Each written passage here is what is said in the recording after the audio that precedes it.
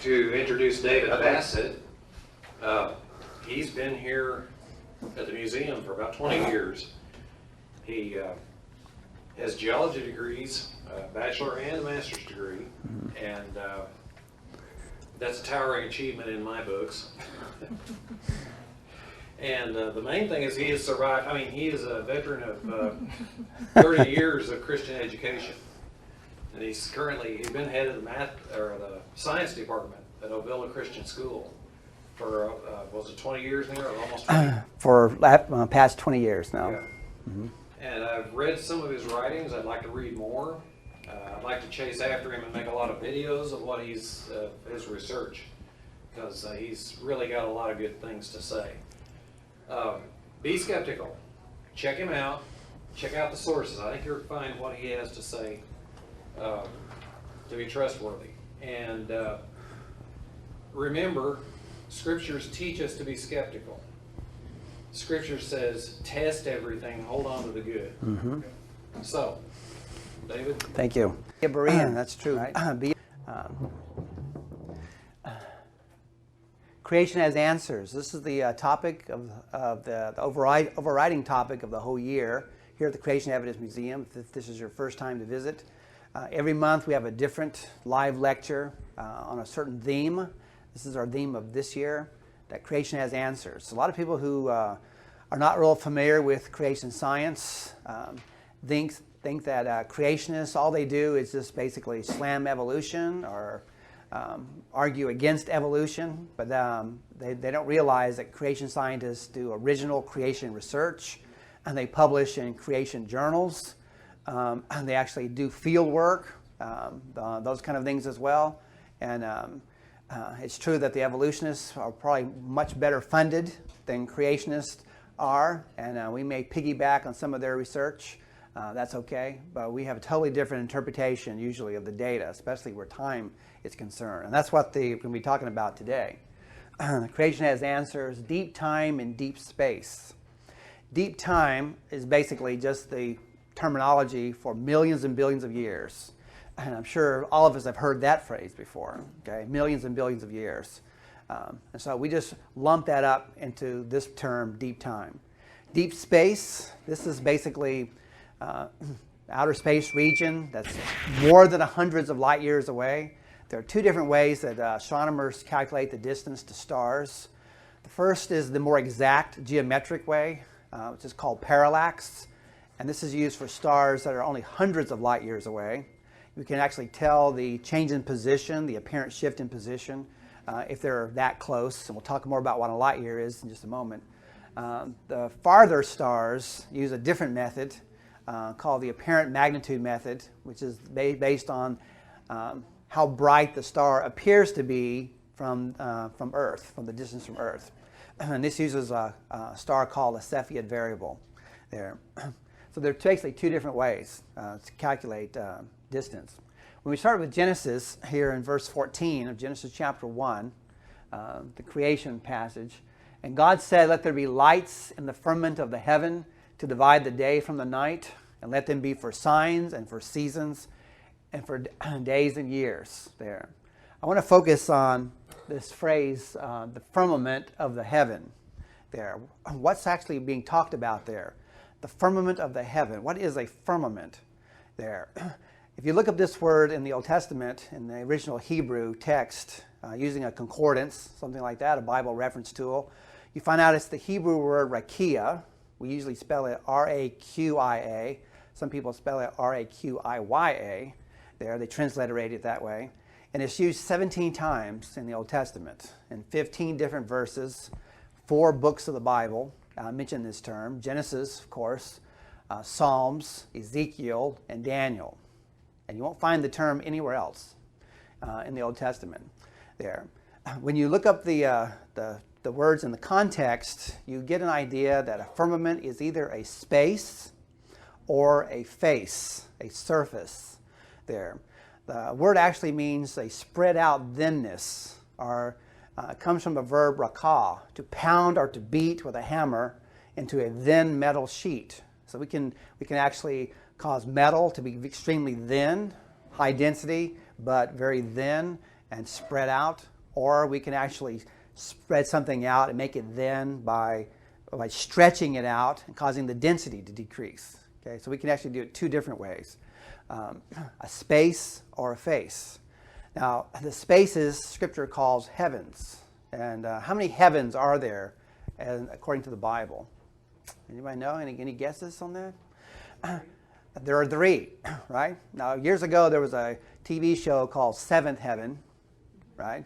Which is in the Quran, mentioned in the Quran, by the way. Even though the show featured a Christian family, and the Christian pastor was, of course, the head of the family, that particular show.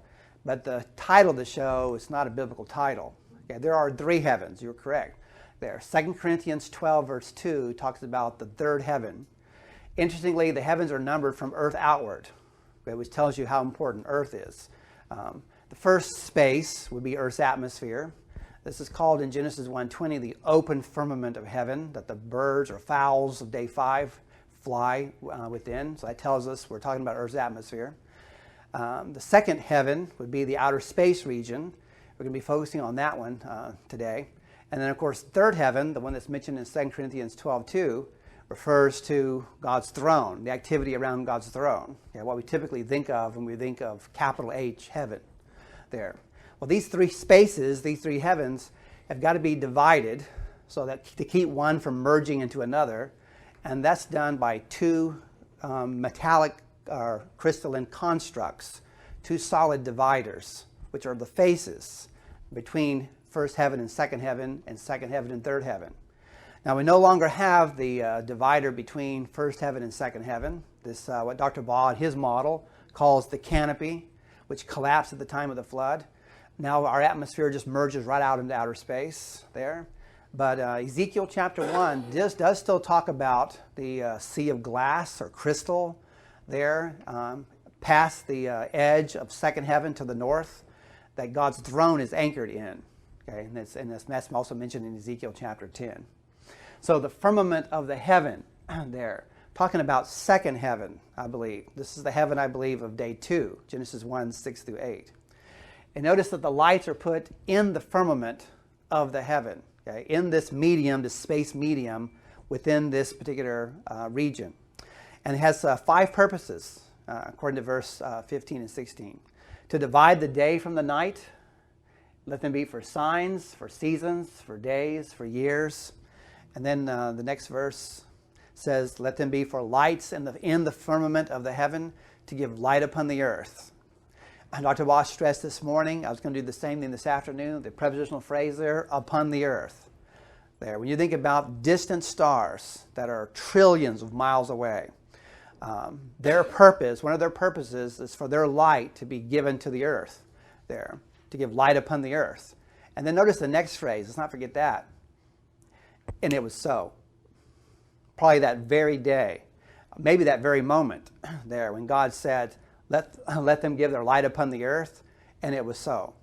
So either light speed must be going extremely fast, almost infinitely fast, much faster than we measure it today there, or there's some stretching involved, which we'll be talking about, which actually changes time. And God made 2 great lights, verse 16 says, the greater light to rule the day and the lesser light to rule the night. He made the stars also. Genesis 1, 14 through 16. Okay, we typically assume the greater light is the sun and the lesser light is the moon, and we probably have good reason for doing that. Interestingly, the Bible never identifies the sun as a star. It always says the sun, moon, and stars. Here it says greater light, lesser light, and then made the stars also. Okay, but our astronomers do classify our sun, of course, as a star. It says he made the stars. He didn't create them in this verse. Okay, the word create, made, and formed, slightly different in meaning there in the Hebrew. That's because the raw material for stars was already in existence on day 1 as part of the heaven there. So here's the introduction. One of the major criticisms offered against the creation model is the problem of vast time having transpired in deep space, an old universe. But if the data are aligned factually and properly, just like dividing the Word of God, accurately, the problem is resolved in favor of creation. Actually, the Genesis account of creation in the Holy Bible is the only document that describes the absolute origin of the universe and all things contained therein. Okay? So this phrase, the absolute origin, that's an important phrase also. It's also called an ultimate origin, and in science we call those things a singularity. It's a one-time only happening there. The origin of the earth would have been a one-time only happening. The origin of the earth, the origin of life, the origin of man. These are non-repeatable events, and so they're outside the realm of the scientific method. Their scientific method deals with repeatable regularities in the present. And we're talking about one-time only events of the past, okay, which had no human observers when these things came to be. And so without the first chapters of Genesis 1 to 11 specifically, we would be clueless as to the origin of all those things, as to the origin of sin, as to the origin of death, as to the origin of marriage. Why do we wear clothes? These are answers that are given to us in the first 11 chapters of Genesis and nowhere else. Okay, this is the source of truth, and this is the seed plot of the Bible. All Christian doctrines find their root there in the first chapters of Genesis. And this is why Genesis is probably the most frequently attacked book of the Bible in our society. All other cosmogonies begin with a universe already in existence in some form. There's a difference between the word cosmogony and the word cosmology. Cosmology is the systematic scientific study of the cosmos, of the universe. Astronomy would be part of cosmology there. A cosmogony is a philosophy. It's a worldview, opinion about the origin of the universe there. The secular, once popular secular cosmogony we're going to be talking about is the Big Bang idea. There was no human observers present. There were no scientists actually taking real measurements with equipment and data and performing experiments on the origin of the universe. This is a philosophical idea about the origin of the universe. In the beginning, God created. We accept that by faith as our cosmogony, a biblical cosmogony. Okay? Philosophy and science are both trying to do the same things, just differently. They're both seeking after truth, aren't they? Philosophies are seeking after truth, but they're not bound by observation. Science has that restriction. Science has to be based on observation in the present. So when we're talking about cosmogonies, we're talking about something that's not based on observation, and in this case, dealing with the origin of the universe. The Bible's 6-day creation scenario is assaulted by the evolutionary theory that envisions vast time, deep time, in the natural development of the universe from an imaginary Big Bang. I have some well-meaning students that have given me, on 2 separate occasions, the same bumper sticker that says, "I believe in the Big Bang. God spoke and bang, it happened."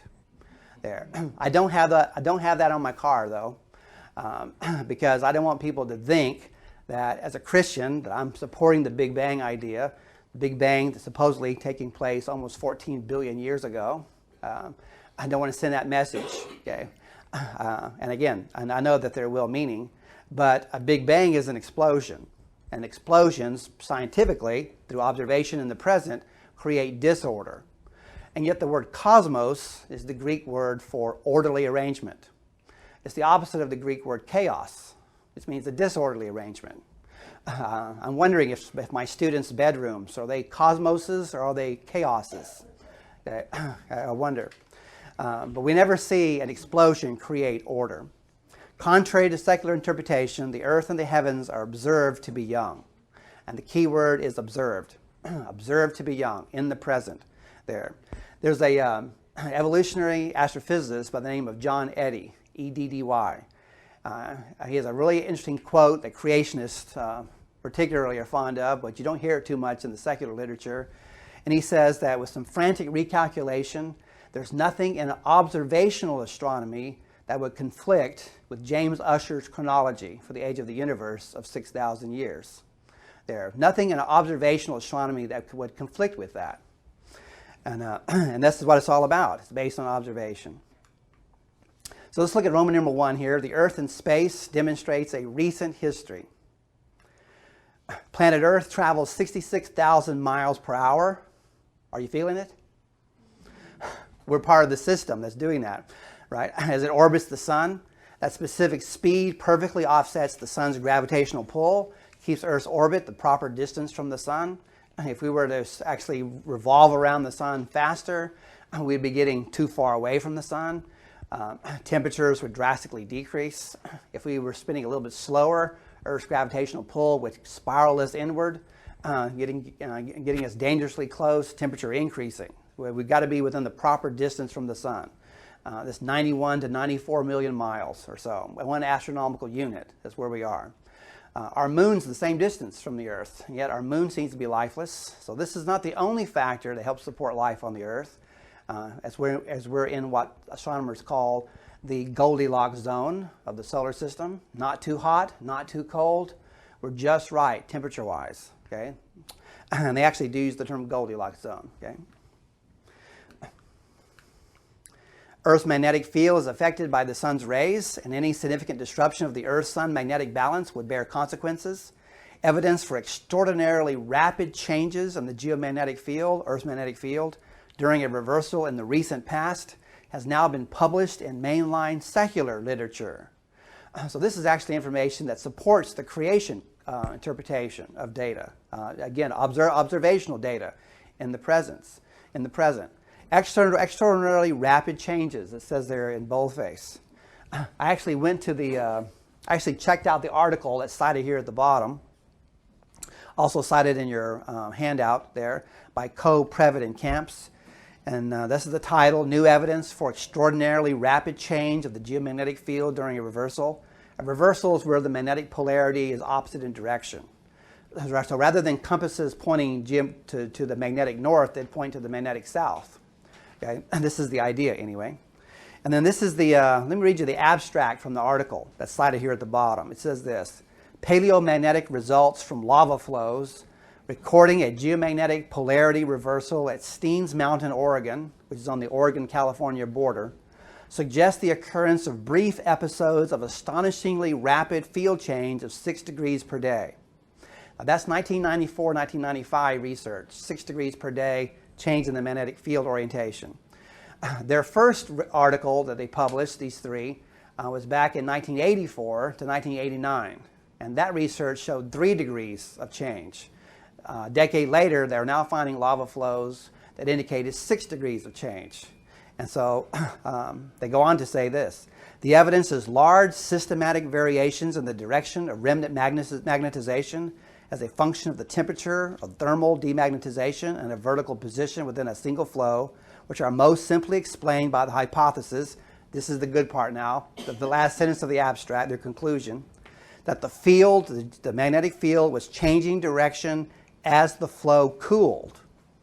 So before the lava could even solidify, the magnetic field was changing direction. And that was preserved actually in the lava flow itself. He mentions here that this rate of change, the magnetic polarity transition recorded in the lava flow, had to be made in less than 2 weeks. Less than 2 weeks. About 50,000 times faster than the 2,000 plus years previously thought to be the theoretical minimum time for geomagnetic reversals. And they thought it took 2,000 years to reverse. And yet the data is saying, no, it takes less than 2 weeks to reverse. So if you do a little math and you look at the 2,000 years, how many weeks are in 2,000 years? 2,000 times 52 would be 104,000 weeks. Well, he said it was 2,000 times faster there. So divide that, or 50,000 times faster. So divide that by 50,000 and you get 2.08 weeks, which is 14 and a half days. So then he says the period of 15 days is undoubtedly an overestimate there. An astonishingly rapid rate of variation in the geomagnetic field direction of 3 degrees per day. So this is the end result here. This is the end of the article. So if the magnetic reversals have occurred in days and weeks, rather than thousands and millions of years, then the Earth's rock layers, in which there is a continuous sequence of these magnetic reversals, are by implication probably only thousands of years old. Thus, this data is important in establishing a young Earth there. And that's exactly what we would say.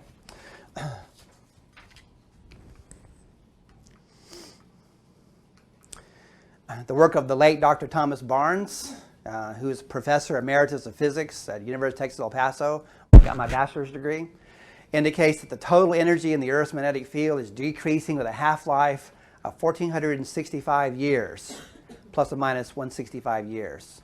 What's the half-life? Half-life is the time it takes for half of a radioactive isotope or some type of energy phenomena to decay in half there. So he's saying the magnetic field decays in half, is half of its strength every 1,465 years. When Dr. Barnes did this original research, he gathered all the magnetic field data from the very first time that the planet's magnetic field was calculated in 1835 by Carl Friedrich Gauss to 130 years after that, 1835 to 1965. 130 years of data. Every year we can calculate the Earth's magnetic field to see how it's changed from the year previously. Based on the 130 years of data, he then plotted a curve, allowed a computer to match that curve with an equation, and then extrapolate that curve backward in time there.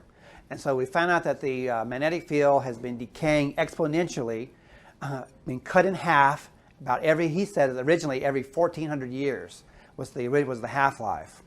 So that means if you go back in time 1,400 years, you would have to double the magnetic field strength. And then another 1,400 years, that number would double. And then another 1,400 years in the past, that number would double. And so you're getting stronger and stronger and stronger magnetic fields, which are actually putting more and more pressure on the Earth itself and on life on the Earth. And there's a limit to how much doubling you could actually do. How far back in time would you have to go for the planet itself to start breaking apart? For the crust and the mantle of the Earth to start becoming structurally compromised? How far back would you have to go? And they calculated that's about 7 to 10 half-lives there. Well, 7 times 1,400 is 9,800 years. So sometimes you'll hear people say, well, a young Earth creationist is defined as someone who believes in a 6,000 to 10,000 year Earth and universe there. The 6,000 year is based on biblical data, internally biblical data, like event-to-event chronology within the scriptures or genealogical evidence. That gives us close to 6,000 years. The most you could go biblically is 6,200 years. Did you know that? For the age of the Earth. About 6,200 years biblically. And the 10,000 years is the upper end of the range, is based on Dr. Barnes' research on the decay of the Earth's magnetic field. Because we're looking for a chronometer to date the planet. And the Earth's magnetic field surrounds the entire planet, and the Earth cannot be older than its magnetic field. So that puts an upper limit on things. Okay. Well, Earth actually would have been far less than 9,800 years because living systems are much more fragile than inorganic systems there. And so we're moving our way down toward the biblical age of the Earth when we look at this particular data. The field at that rate, he says, would be considerably less than 20,000 years old and date the Earth and its relationship to the sun within that time frame. Well, how old did they say the Earth is? If you're teenage students who are going to college, secular college, let's say, and they were sitting in on a geology class similar to the ones I was sitting in when I was in college, what would they hear the professor say would be the age of the Earth, the accepted age of the Earth? Any ideas? 4.5 billion. Yep, they say about 4.6 billion. That's Tori back there. Okay, 4.6 billion years for the age of the Earth. For the age of the universe, they say that's closer to 14 billion years. 13.8 is what they're saying right now for the age of the universe. Okay, and of course from Scripture, the heaven and the earth are the same age, right? In the beginning, God created the heaven and the earth there. So already we have a discrepancy between these 2 points of view. Rock strata, thousands of feet thick, are sometimes bent and folded into hairpin shapes, very tight kinks there in the strata layers. And the evolutionary scenario, hundreds of millions of years are assumed to have transpired during the deposition of these folded layers. They say 1 inch takes 500,000 years to deposit. Okay? So 2 inches would be a full million years, according to the way they think there. Okay? And so if we have rock layers that are several feet thick, you can see where they're adding up the time, can't you? Where this deep time's coming from. Well, most rock is brittle. Dry rock is brittle. It can withstand tremendous compression stress, but when you try to pull a rock apart, it will snap there if the forces are great enough. How in the world are we going to be able to bend these layers into tight folds like this? The next slide tells us some important information. The folding occurred without cracking. Without cracking. If you look at the axis of the bends, there are no breaks in the rock. We call those joints. If there's movement on a break, it's called a fault. If there's no movement on a break, it's called a joint in geology. And the curves of these bends have no joints, have no cracks, with radii so small that the entire formation had to be still wet and unsolidified when the bending occurred. This implies that the folding occurred less than thousands of years after deposition. And since these are sedimentary rocks, they had to be deposited by water, okay, or in water. Earth history and space and its global flood catastrophe are young. Flood geologists have looked into this. Michael J. Ord is one of those. He's also an expert in meteorology and is the main proponent of the ice age caused by the global flood of Noah's day. He's also looked at this, and he's proposing that these rock layers, these folds and bends in the rocks, were caused by tectonic forces while the rocks were still underwater. Still underwater, probably around day 150 of the flood. If you're familiar with the flood chronology, most of us have heard in Sunday school 40 days and 40 nights of just continuous rainfall, and that is true. But there's also the fountains of the great deep that are bursting open from the bottom of the seafloor upward there. But then the waters maintain this maximum level till day 150, according to Genesis 7. Then after day 150, the waters start to come down, and they come down in 2 different ways, according to the Hebrew. And they don't come just vertically down slowly like that. They're moving very quickly downward and then back, and then downward and back. Just a drastic ebb and flow motion, back and forth. Genesis 8:3 tells us that. Then Genesis 8:5 says that then they started moving down, vertically downward quickly there. Okay? And it took 221 more days to do that. So we have 150 days of water activity and then 221 more days of drying off the earth. So the whole flood event lasted about 371 days, according to the Genesis chronology there. This rising, this bending of the rocks would have taken place about day 150 as the rocks are being moved upward from underwater. Okay? The evolutionists date that as Miocene on their evolutionary time scale. Those of you familiar with that? They date that 5 to 5.5 million years ago. But interestingly, all the major mountain ranges of the earth date the same age, even in the secular textbooks. There, we would say they happened at the end of the flood, or at the end of day 150. They would say millions of years ago. We would look at Psalm 104, verse 7 and 8, right? Talking about the floodwaters, says that they fled away at thy rebuke. They hastened away at the voice of thy thunder. The mountains rose up, the valleys sank down, and the waters went to the place that God has established for them so that they not return again to flood the earth. Talking about the floodwaters there on day 150. That's Psalm 104, 7 and 8, if you want to look that up. Roman numeral 2, recession of the moon indicates a recent history. The moon getting farther and farther from the earth. Okay, so we can back that up, reverse that, make it come closer and closer to the earth. Thanks to the gravitational pull of the moon, Earth's coastal seawaters are cleansed and their nutrients replenished regularly. You realize the tides cleanse our coastlands and keep our continental margins from being inundated with stagnant water. And they're cleansed twice a day. As the moon orbits the earth, its gravity pulls on the earth's oceans, causing tides. Since the earth rotates faster than the moon orbits, the tidal bulges induced by the moon are always ahead of the moon. There are actually 2 bulges that take place at the same time. There's a bulge on the moon side of the earth because the moon's gravity is pulling the earth's crust toward the moon. That causes the oceans on that side to also bulge upward. But then on the far side of the Earth, that's also being pulled toward the moon. That causes kind of a depression on that side of the Earth that water rushes into and causes another bulge. So there are actually two bulges that are taking place at the same time. For this reason, the tides actually pull forward on the moon because the Earth's rotating faster than the moon is revolving, which causes the moon to gain energy and gradually spiral outward. The moon moves about 1.5 inches farther away from the Earth every year due to this tidal interaction. Thus, the moon would have been closer to the Earth in the past. You can see that, right? If it's getting farther away, 1.5 inches every year, then if you go back in time, it would have been closer 1.5 inches every year. Well, let's do the math on that one. If the Earth and the moon were over 4 billion years old, as Big Bang supporters teach, right? 4.6 billion is what they say. The moon would have been so close that it would actually have been touching the Earth less than 1.5 billion years ago, according to this source here at the bottom, giving an impossible scenario. This is Jason Lyle. He's an astronomer at ICR, and we have one of his DVDs on this topic in the back there.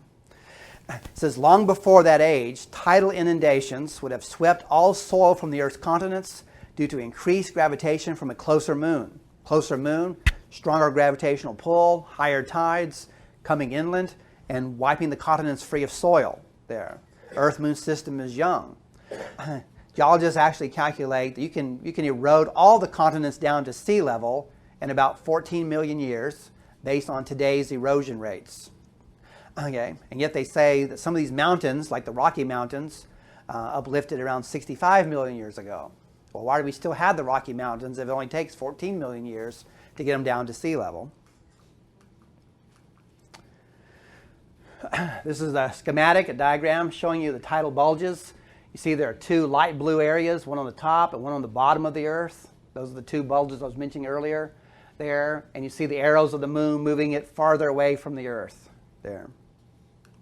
The moon recession, 1.5 inches per year. Roman numeral 3, solar system alignment verifies a recent history. Without any indication of an internal dynamo to maintain its strength, like a generator, the magnetic field of Jupiter is extremely powerful. It's about 8 to 10 times the magnetic field of the Earth, the strength of the Earth. The fields of Uranus and Neptune are also quite strong. Not as strong as Earth's, okay? But about a fourth of that of Jupiter, actually. If, as secular astronomers believe, these planets are really billions of years old, their magnetic fields would be extremely weak by now. They're decaying also exponentially, just like Earth's magnetic fields decaying exponentially. So going back in time, they get stronger and stronger, and there are limits. Yet they are not. They're not actually extremely weak. They're still strong. A reasonable explanation for this is that the planets are only a few thousand years old. Okay, that would be an obvious kind of conclusion to come to. Late in 1993, planetary scientist George Wetherill of the Carnegie Institution of Washington, D.C., made an exciting discovery about our solar system. In observing computer simulations of our solar system, he found that without a Jupiter-sized planet positioned just where it is, so we need the size of Jupiter and the location of Jupiter, and that's exactly what we have, Earth would be struck about 1,000 times more frequently than it is already by comets and comet debris. Okay. Does your homeowner's insurance cover asteroid impact or comet impact or anything like that? If not, you can thank Jupiter. Okay. that we actually have to make those claims frequently. Jupiter, 2.5 times more massive than all the other planets combined. In fact, recently some astronomers are almost to the point of classifying Jupiter as a star because of its size. 2.5 times more massive than all the other planets combined, either draws comets by gravity to collide with itself, as it did in July 1994, or more commonly, it deflects comets right out of the solar system. So it's either acting as a vacuum cleaner to clean solar debris from the inner solar system, or it's acting as a slingshot, okay, to actually move debris out away from us. July 1994, anybody remember that? That was the Shoemaker-Levy 9 comet, which broke apart 2 years earlier in July 1992. It got too close to Jupiter. It was in with what's called the Roche limit. The Roche limit is how close you can get to a planet without the gravity of that planet breaking you apart there. Earth's Roche limit is about 11,500 miles. So the moon could have never been closer than that because the Earth would have broken the moon apart. Some of the rings around Saturn are thought to be satellites that have come too close to the planet, have been broken apart, and now their debris is orbiting the planet as the ring system there. Well, Jupiter's Roche limit is 108,000 miles from the planet's surface.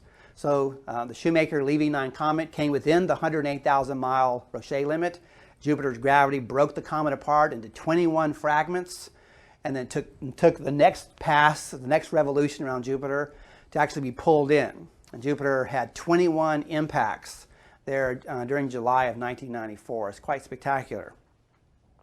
In Wetherell's words, if it were not for Jupiter, we wouldn't be around to study the origin of the solar system. Right? We would definitely need that on our homeowners policy. Their cometary impact. French astrophysicist Jacques Lasquer determined that if the outer planets were less orbitally regular, then the inner planets' motions would be chaotic, and Earth would suffer orbital changes so extreme as to disrupt its climatic stability. The inner planets he's talking about are those within the asteroid belt, right? Mercury, Venus, Earth, and Mars are considered the inner planets, and then those outside or past the asteroid belt are considered the outer planets. The outer planets, he says, their orbits are pretty regular there. They don't show what astronomers call too much perturbation, is the term that they use. Okay? They're pretty orderly. After all, we're talking about a cosmos, an orderly arrangement. Such precise alignment of the interrelated solar system indicates design and recency. It doesn't indicate randomness or chaos. Round number 4, young age of the sun displays a recent history. Writing in the respected British journal Nature, which is the premier science journal on the planet, from Great Britain, and America's, our premier is called Science, strictly Science. But this is from Nature. A team of Russian astronomers showed how their research pointed clearly to the startling fact that the sun does not even seem to possess a large, dense, burning core. That's pretty phenomenal, because most of our science books are teaching what this diagram shows up here, that in the center of the sun there's a region called the core, where the temperatures are about 27 million degrees Fahrenheit, 27 million degrees. Then there's the radiative zone, where radiation, electromagnetic waves are passing through. And then the convective zone, where gases are circulating in terms of ionized plasma. And then we get to the surface of the sun, which is called the photosphere, the ball of light, where the temperatures are incredibly frigid, 10,000 degrees Fahrenheit. Okay? 10,000 compared to 27 million in the core. Okay, this is the general teaching of the structure of the sun there. But if the sun doesn't possess a large, dense, burning core, then where is the supposed thermonuclear fusion taking place that supposedly generates the heat and light from the sun? Thermonuclear fusion is the idea that hydrogen atoms are being fused together, the nuclei are being fused together to form helium. And that tremendous energy is released in that whole process. But that has to have really high temperatures and really high pressures in order to do it. And so you would need a large, dense, burning core to do that. Well, is there any other explanation for how the sun can possibly generate its energy? And there is one. It's not popular among astronomers because it puts an upper limit for the age of the sun and actually makes the sun to be youthful. And it's called gravitational collapse. Gravitational collapse. That same scientist that I quoted earlier, John Eddy, he and a Boston mathematician named Aaron Bornasian years ago, they collected 400 years of solar eclipse data. Every time we have a total solar eclipse where our moon blocks the disk of the sun, and that's one of those signs God was talking about in Genesis 1:14, let them be for signs and for seasons and days and years. One of those signs is a total eclipse, because we're the only planet-moon system that can do that, by the way.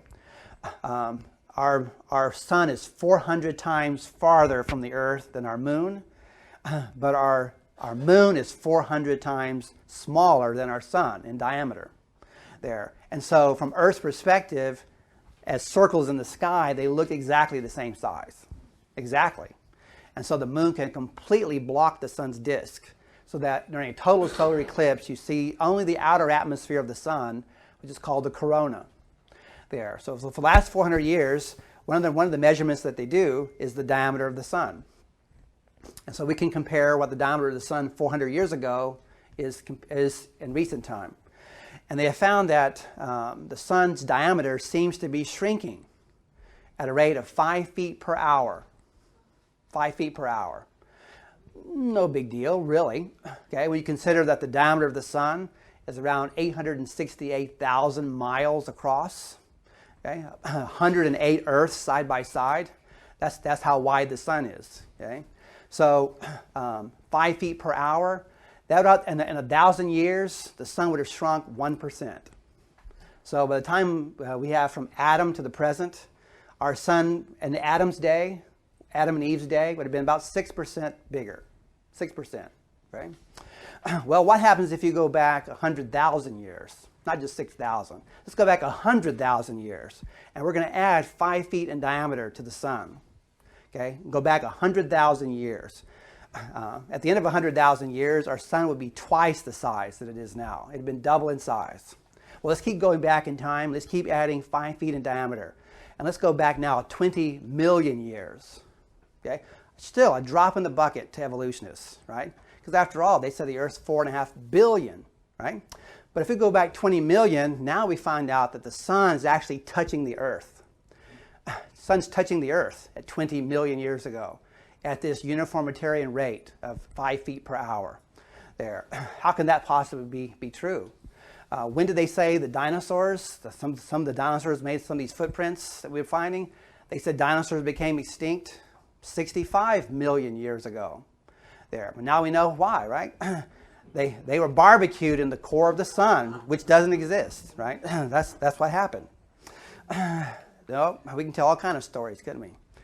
Instead, their results showed the sun is bearing the characteristics of a very young, homogeneous star that corresponds with the early stages of computer models.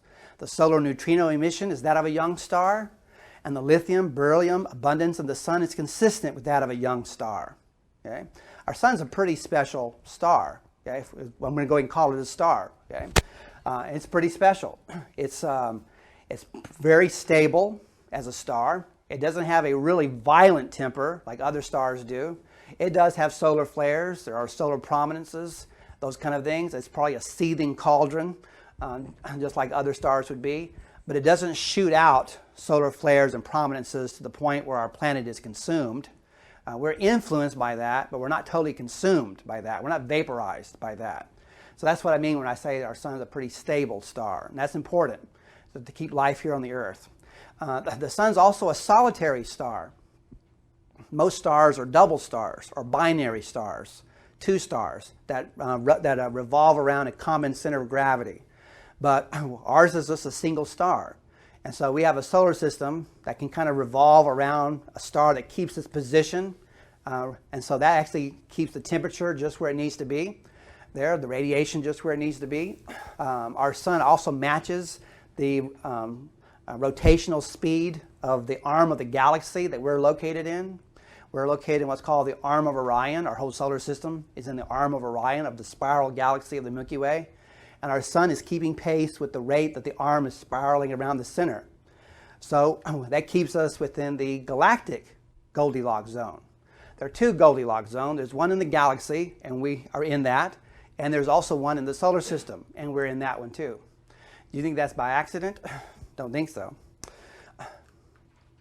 The sun has the right mass for the right luminosity to give us the right brightness also. And we have already seen the diameters just right too.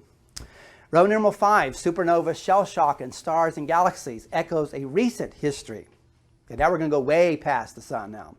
As reported by David Coppedge of the Jet Propulsion Laboratory, JPL, in Pasadena, California, that monitors all of our probes, supernova remnants, SNRs for short, are shells of material expanding outward from stellar explosions.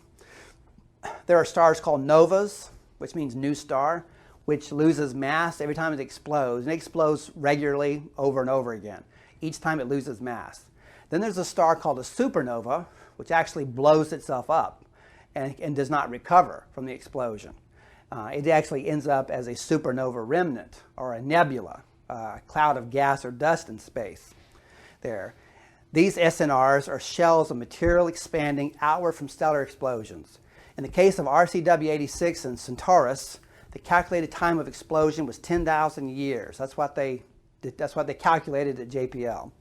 Astronomers now realize it was witnessed, science is based on observation, it was witnessed by Chinese astronomers just 1,821 years ago. That puts us in the 2nd century AD. So that's when it really happened. That's within biblical chronology, right? 10,000 years would be a little bit past what the Bible is saying the age of the earth is. A pulsar thought to be 24,000 years old. Now, should that number cause us concern? 24,000 years? Well, yeah, right? If we believe that the Bible is teaching that the earth is only 6,000 years young, then anything over 6,000, it may be suspect. Where'd you get that age? How'd you calculate that date? A pulsar thought to be 24,000 years old was photographed by the Chandra telescope in 2003. Astronomers later realized it lined up with a supernova observed by the Chinese in AD 386. Light echoes from 2 ancient SNRs in the Large Magellanic Cloud were recently reported to be merely 410 and 610 years old. Much, much younger than what the astronomers had originally predicted, right? The Crab Nebula was witnessed by Chinese astronomers, again, in 1054 AD. That's also considered a supernova remnant. Expansion of the fabric of space, executed by the Creator himself. And it gives 2 references here, but he's going to give you a little bit more later on. There are 17 verses in the Old Testament that talk about God stretching out the heavens or expanding the space fabric. Okay. Expansion of the fabric of space accounts for the larger deep time and deep space, all within a recent time frame of a few thousand years. Okay. So going back to the very beginning, the title of the presentation, Deep Time and Deep Space. Biblically, what's the answer to that? Or what's a possible scenario? And the Bible had already laid it out for us, that God is the one who has stretched the fabric of space, and that does have consequences, okay, which we can measure even today. Roman numeral 6, technical research correlates deep time, universal recent history.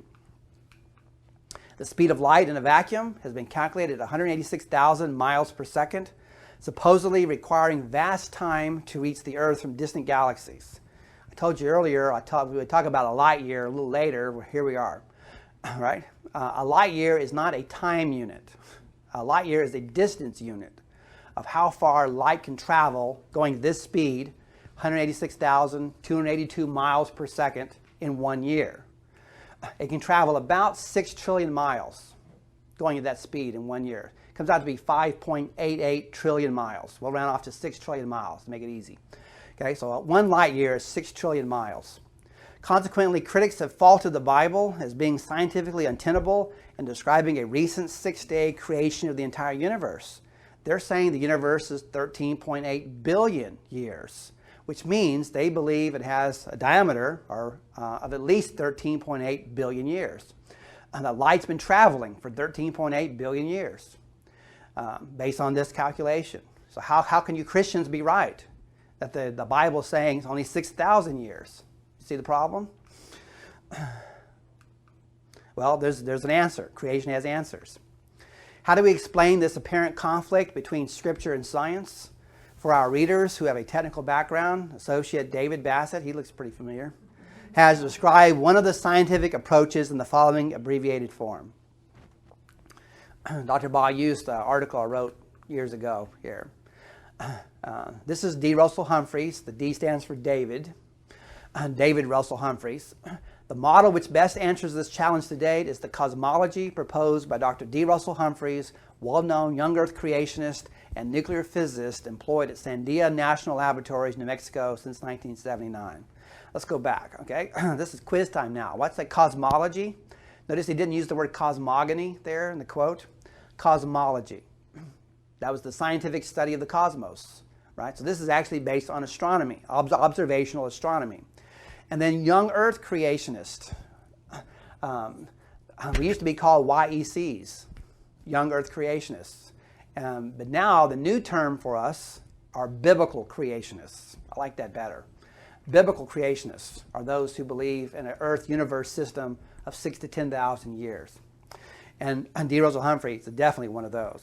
His model is explained at both layman and technical levels in his popular book, which we carry in the back, Starlight in Time, Solving the Puzzle of Distant Starlight in a Young Universe. Dr. Humphrey's young Earth cosmology is based upon physics and mathematics totally accepted by most cosmologists. In the book, in the appendix, he has 2 appendices in the book which give you the detailed math. And you may want to skip those chapters if you're not into that kind of stuff. Two chapters that show the calculus equations and all that. Some people need that information to actually even consider creation science to be true science. But the first part of the book, the majority of the book, is written in ordinary language that all of us would understand. It requires no manipulating of data, his model. There's no fudge factors, there's no propping up, there's no secondary assumptions, he didn't have to manipulate data. The results easily issue forth from the equations. 3, explains all the observations erroneously used to support the Big Bang. So he's actually giving the scientific counter-arguments to what's usually used to support the Big Bang, including the cosmic microwave background radiation, progressive redshift, and the past expansion of space. Those are the 3 legs to the stool that hold up the Big Bang. Those 3 right there. Cosmic microwave background radiation, which is not as smooth and uniform as the evolutionists originally predicted. Progressive redshift, which they believe is based on distance and not age. And the past expansion of space, without compromising the astronomical evidence of the clear biblical teaching of a young Earth. You notice it says past expansion of space, not present expansion of space. Whenever the scriptures mention God stretching the heavens, it's always in the past tense there, as far as the creation week is concerned and as far as the flood year is concerned. Those two different times is when we had space expansion. There is one of the 17 verses that deals with the future, and since it's found in Psalms, and it's asking God to bow down the heavens, okay, which he's going to do when we get to Revelation chapter 6. Number 4 has passed peer review. Is that important for scientists? Definitely. Okay, we got to have objective opinions. Other people doing the research, getting the same results we're getting, so that way it's not biased. We're not just promoting it, just one person promoting this idea. It's gone through testing. It's gone through experimentation. It's been criticized, right, by qualified reviewers for the 1994 Pittsburgh International Conference on Creationism. Has successfully, number 5, withstood the opposition of critics, okay, both creation critics and evolutionary critics, with further development actually ensuing from its defense, albeit additional future refinements may be necessary as dictated by observational data. Again, that's the key, right, to science, observational data. The model makes the opposite starting point assumption of the Big Bang hypothesis, namely that the universe is bounded with a center at or near the Earth and an edge beyond which matter is absent. I got to go back. Okay, lots of information in that sentence there. The Big Bangers don't believe that Earth is anything special, that we're not located in any place that's special in the solar system or in the galaxy.